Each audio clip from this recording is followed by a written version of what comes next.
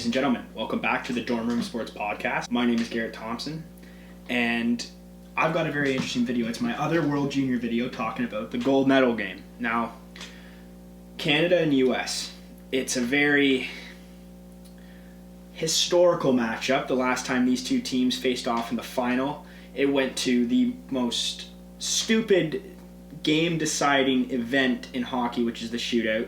Now, obviously, some of you are going to be like, oh, just because you cheer for Canada and you lost, that's why you don't like the shootout. I don't like the shootout at all. And the reason for that is, I think that historically, a shootout is never the right way to end a game. That's why they don't have it in the playoffs. Because imagine a Game 7 being decided because there's a goalie that stood on his head and a guy like Patrick Kane coming in on him one-on-one when during the game that wouldn't have been the case, and there would have been much more abiding by it, right? So much more, like many more circumstances to decide the game rather than a one-on-one, right? So in coming into this game, it's definitely going to be some revenge for Canada because they had multiple leads, multiple multi-goal leads in that game, and they could have easily won it. They had the team for it, absolutely had the team for it. And coming into this one, they have the team for it again, and they can definitely do it again.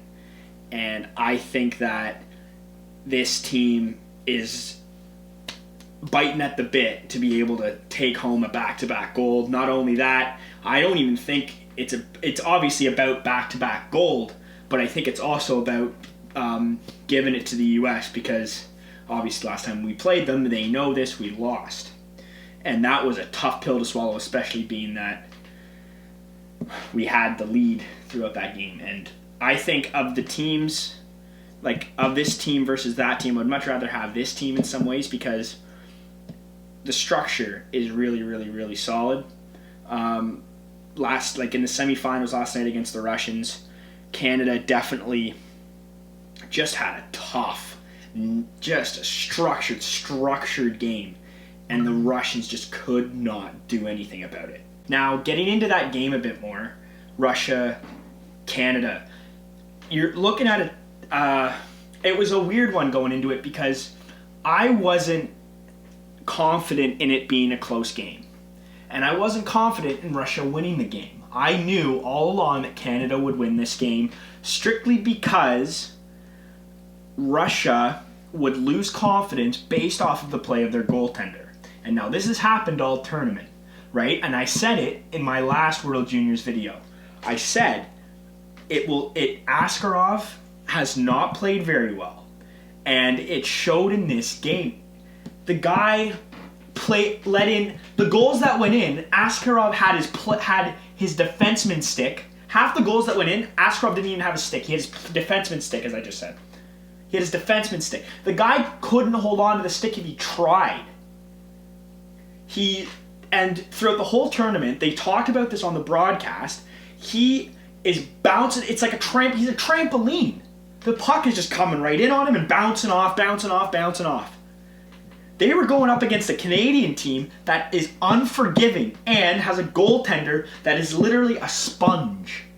The guy literally absorbs things. Like the puck's water, and he's just like, nope, I'm not letting it out. Dylan Levi is so Carey Price, it's unreal. And he just tied Justin Pogge's shutout record for a World Juniors tournament with 3. Like, that's a big deal. Like, this Canadian team is unreal coming into this gold medal game. Now, obviously, you've got Russia, Finland for bronze. No one cares. No one cares about that game. If I were to pick, I'd say Finland takes bronze. But the gold medal game, now, obviously I said Canada's looking for redemption based off the last time they played U.S. for gold medal. It always stings when you lose to the U.S. for a gold medal. Always does. Back when John Carlson scored against Canada, Martin Jones, he looked him off and scored. I was watching highlights about that. That still stings now. And that was a while ago. All these guys have gone on to are still having incredible NHL careers. But that still stings. So coming into this game, 2017, I've watched minor highlights, and that still stings. You've got guys on that team like Thomas Chabot. These guys are all unreal in the NHL right now. but that still stings, and I know it probably stings for them, right? So coming into this game, you've got two teams that are literally exactly the same in terms of skill up front, in terms of defensemen. Honestly, if I were to give, like, if we're gonna break it down in terms of different levels of skill, in terms of forwards, defense, and goaltending, Canada takes it 100%. Even though Spencer Knight, very easily obviously he's an incredible goaltender, and I could be very wrong, and he could absolutely put up a show. But I'm just saying, I think Canada. I'm confident with Dylan Levi in net. I'm confident in our defense. Obviously, the U.S. has an unreal defensive core, and obviously unreal forwards. They've got Cole Caulfield, Turcotte, Trevor Zegras, who's just making the tournament his child right now. Like, he's just absolutely running the show. He is teaching the tournament something with his skill. He's incredibly good. We have Dylan Cousins, who's also incredibly good, right? Like, it's so interesting to watch these two teams play because they're so close together. Because last year, it was Canada-Russia in the final. And you didn't really get to see you got to see Canada-US play, and Canada won, and a lot of those players are still back.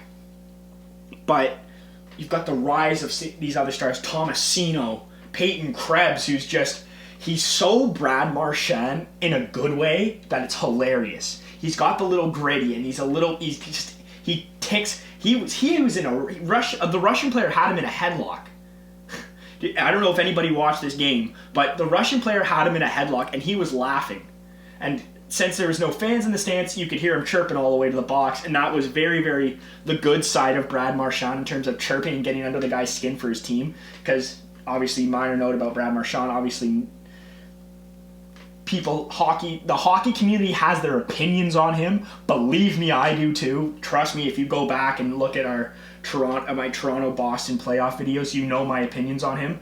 But having him on your team, playing for Team Canada, especially like he did in the 2016 World Cup, that's exactly who you want to have, especially because Marchand's also an incredibly good hockey player. It's just the things that he's done clouds people's view on him because they're not hockey, not the way the game should be played. But in terms of skill and in terms of like how he's able to get under the player's skin in a clean, proper hockey way, Marchand's a key player to have on your team. But looking at Peyton Krebs, he's taken all the good things from a guy like Marchand in terms of skill and in terms of raw, gritty, tick the other team off kind of style, that it's awesome to watch. He can throw the body too. But against the Czechs in the quarterfinal, he threw a guy who had a good 50 pounds on him over the boards into the bench because he's strong on his feet. And that's a big, big player to have on your team going up against the U.S. because this game is going to be like, it's not, if anything, like if it's going to be a shutout, it's going to be 1-0, 2-0. And if it's going to be a big game, a lot of goal scoring, it's going to go to overtime. I don't want to say who I think is going to win. Obviously, you know who I want to win. But honestly, with the skill of these two teams, it can go either way. But it all comes down to the first period. Now, obviously, you've got 60 minutes of play. But however you play, it's the first period, and like, it's the first period. I know it's going to give a lot of confidence to the right team because obviously you say the third period matters too, but it's the team who has the most jump right off and shows that they're going to hold it. It's just holding the pressure. It's whoever can just jump quick, because I feel like with a team like the U.S., they're very like, okay, they're going into it like they're going to stomp the competition. Every single game they walk in like they're going to run them over. And I think that they're walking into this game like, all right, we're going to run these guys down, run them into the ground. We are going to just take everything to them, and they're not going to stand a chance, and we're going to win 7-0.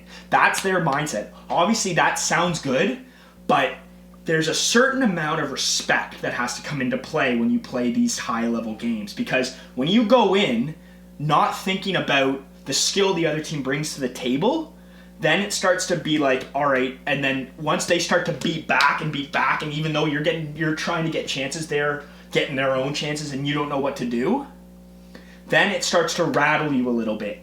And in these tournaments and in these high-pressure games, getting rattled, especially for specific players and specific positions, goaltender, if you get rattled, that's a problem, because when you're playing at this high of a level, this is World Juniors. This is big. This is high level for junior players, for college players. This is high level hockey. This is one of the most pressured stages they're going to be facing in their young careers until they get to the NHL. But when you can't deal with the pressure and deal with the comeback of another team, then you start to break down, and then you start to get rattled, and then you start to give up chances and chances and chances and chances. Right? You look at that Russian team, right? Askarov had a lot of pressure on him to absolutely run away with the goaltending race. He had so much pressure on him to just play like an 11th overall pick. He was the highest pick in the draft highest goaltender in the draft, 11th overall. There was pressure on him, and he got rattled, and it was obvious that he did. And because you look at him last year, you look at his play at under 18s, there's a reason why he's 11th overall. He's playing with the big boy. He's playing the KHL. He's playing big minutes. So he's not a bad goalie. This tournament was very unlike him because there was a lot of pressure on him, and he wasn't expecting the type of pressure that he got. You can easily tell that when they played against the U.S. in the preliminary and during the preliminary and exhibition. You could tell that he was not expecting what happened at all. He wasn't expecting he wasn't expecting to play the way he did, and he was nervous. And you could tell because those rebounds are not rebounds that he would normally give up. That an 11th overall pick would give up. Those rebounds were not that style of play he did in those semifinals. That was not 11th overall pick at all. No way. So coming into this final game, there's pressure. There always is in junior and world and gold medal games. There always is. That's obvious. But it's going to be. It's up to the players and it's up to the coach. It's up to the goaltenders as well, because goaltenders are the last line of defense. There's a very good quote I've gotten doing the goaltender mentality pieces. Players, the forwards have the defenseman. The defensemen have the goalie. The goalie, if the goalie makes a mistake, it's in the back of the net. Right? Forwards, if they make a mistake, the defenseman has them. The defenseman makes a mistake, the goalie has them. If the goalie makes a mistake, it's in the net. It will be up to the calmness of the goaltender, because the goaltender's like the quarterback. If the quarterback can calm down, that's one of the reasons why Canada has been so confident in their own zone, because Dylan Levi has slowed it all down and has calmed everybody and relaxed everybody and been like, all right, take it play by play, quick passes out of the zone. Like you watch against Russia, there were plays where one of Russia's top line would come in, there'd be two guys on that one player because the rest of the team is back checking and covering everybody else off. If the size of our defensemen, like guys like Thomas Harley and all our big boys, can cover guys like Caulfield and Turcotte and keep them to the outside, we will be able to handle the United States easily. I'm confident in Canada being able to dominate this game. I'm confident, fully confident, but I'm also very knowledgeable and confident in the fact that the U.S. can do the same thing. Because these teams are so very close together. The only difference that I see in our play is the rising play of Dylan Levi, because obviously Dylan Levi is playing Junior A. He's now D1 for Northeastern, starting next year, I believe. But then you've got Spencer Knight, so you've got two goaltenders as well. If we're looking at goaltenders strictly, like I have a couple times in this video, I'm more confident in Devin Levi, because Devin Levi he battles in a different way. He battles very Carey Price. Spencer Knight's very locked, right? He's very locked, and he doesn't look as well, and it's kind of annoying because despite that, he's still an incredibly good goaltender, and he's a very calm goalie as well. But honestly, it's really going to come down to structure, and if Team Canada can be structured like they were against Russia and just smother everything the U.S. tries to do, because the U.S. tries to get fancy, they will. Canada's been fancy as well, but they've also been very they're structured fancy. They're like outside. The passes are smart and they're not stupid and they get pucks to the net. The U.S., couple of guys, they're going to start to dangle a little bit more, and if we can smother that, they're going to get frustrated, rattled, and give up chances. That's exactly how it's going to go. If you don't believe me, watch the game tonight. If it goes the way I said, I'm predicting, right? Now I could be completely wrong, but that's my prediction for the game.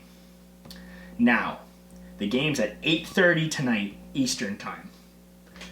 You know I will be watching this game. You know how excited I am to be watching this game, and I hope you all are too. This is a very big moment.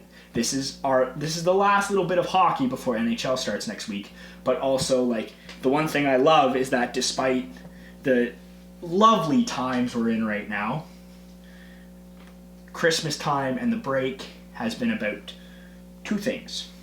Safety, or a couple things. Safety, holiday time with your family, and World Junior Hockey. World Junior Hockey is a part of my holiday. It is a part of mainly everybody's holiday, especially those who like hockey. World Juniors is the great time of year, and it's no different this year. The hockey's been unreal. Team Canada has played like Team Canada. USA's played like Team USA. All the strong teams played strong, and the games were solid. Like, you're getting just as excited when Canada scores in an arena with no people, and you can still tell that there's like the alright boys, we scored, even though there's nobody cheering. It's still like they still are playing like there's a packed stadium, because if this wasn't COVID and this is still in Edmonton like it would be, that place would be rocking every night. Now, coming into this game, there's pressure, of course. If we can keep to our Canadian structure like we have all tournament, like we did in the semis, because Russia's no slouch when you're comparing them to the U.S. If we can keep the structure like we just kept, I don't see a reason why we don't have back-to-back. I don't see a reason why we wouldn't. I really don't. And I'm not trying to guarantee anything. I'm just saying I don't see a reason why we don't hoist the World Junior Championship trophy and have a gold medal over our neck. I really don't. I think that Canada can do it if we play exactly how we played against the Russians. 100%. Dylan Levi plays the way he did. Obviously, there's a lot of pressure on him, but I think he eats it up a little bit, and that's what you need. I don't see any reason why we can't do it, because we've got the team. We really, really do. Obviously, with no Lafreniere and no Kirby Dach, we thought those were some key pieces that we won't have. But this team is unreal. Probably one of the best we've had. They said it on the cast last night, on the broadcast. Sorry, I don't know why I messed that up. But they said it on the broadcast last night. This is one of the best teams they've seen in a while, and I absolutely agree with them. Very 2009 vibes. Big way, 2009 vibes in terms of like the skill and the excitement, 100%. So guys, ladies and gentlemen, thank you very much for watching. I hope you all enjoy the game. Hopefully I will make a video tomorrow talking about the game. And get excited. Go Canada, go. I will have another video for you out on Friday, along with tomorrow, if I can squeeze one in. If not, I'll see you Friday. Thank you guys very much for watching. Like, subscribe, and I will see you all in the next one.